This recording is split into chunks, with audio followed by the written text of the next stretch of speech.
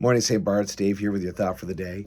Like many of you who are parents and do the morning school run, I get asked all kinds of questions. I'm sure, like most of you do, by the boys on the way to school.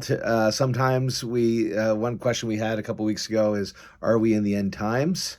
The other question I had the other day was, how would I explain Ezekiel's vision of the river of flowing from the temple?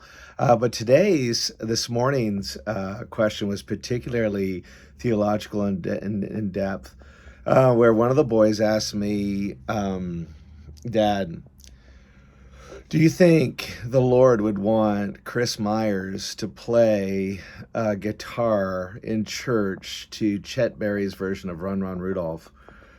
And, my heart began to sing. I think I may have seen angels as I was driving to school. And, I just said to the boys, I put the song on, cranked it up, said, absolutely. I don't know if that'll happen, but I do know the Lord would love that, as we all would. On a serious note, that was a joke. There may be more. This Sunday, we start Advent. You'll see a couple of things will change as you come into church on Sunday morning. First is the color. The color changes. We've been in ordinary time where the color's been green. We switch to purple, which is the color of royalty. And Advent is really all about expectation.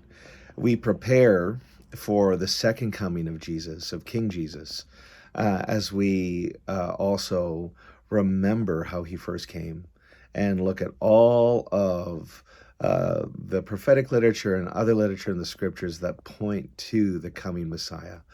And so it's incredibly moving. It's fun. If you've not done an Advent with us at St. Bart's or in a liturgical church, you'll find that it's slightly different. We hesitate hitting all of the Christmas carols and just build up a little bit of anticipation, expectation. And those are the great themes of Advent: anticipation and expectation. And so we'll be looking at that passage where Jesus is speaking about knowing the seasons we're in and talking about the fig tree.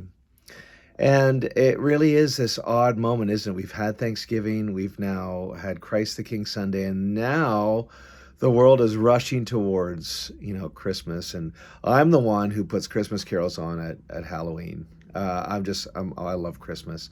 Lights were up as well. A bit early, but I just my favorite season.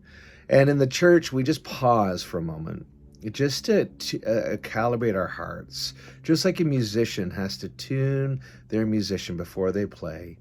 Before we come to Christmas, open our hearts to the scriptures that talk about what at the Advent season the expectation is leading up to the arrival of Messiah and the second arrival of Jesus, so that our hearts might be tuned, and so that the cross really is the tuning fork of our hearts as we prepare to enter into this time. So we're really looking forward to worship with you on Sunday for this first Advent.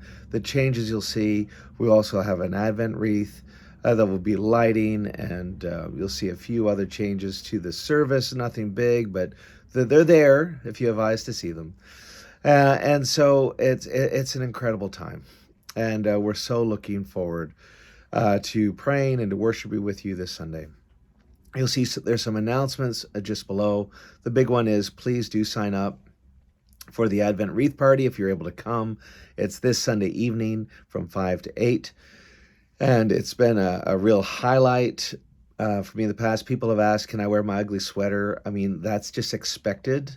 If you wear a sweater that isn't ugly, forgive us if, we ask about the sweater you're wearing. But otherwise, you'll see the registration link for that just below. And really looking forward to being with you. So until then, we're praying for you. And just leave you with this question of, what is it you're anticipating? What is it you're expecting? And invite you to open your hearts up to him, that he might come and speak into those expectations and into those anticipations. Until Sunday, friends, we're praying for you.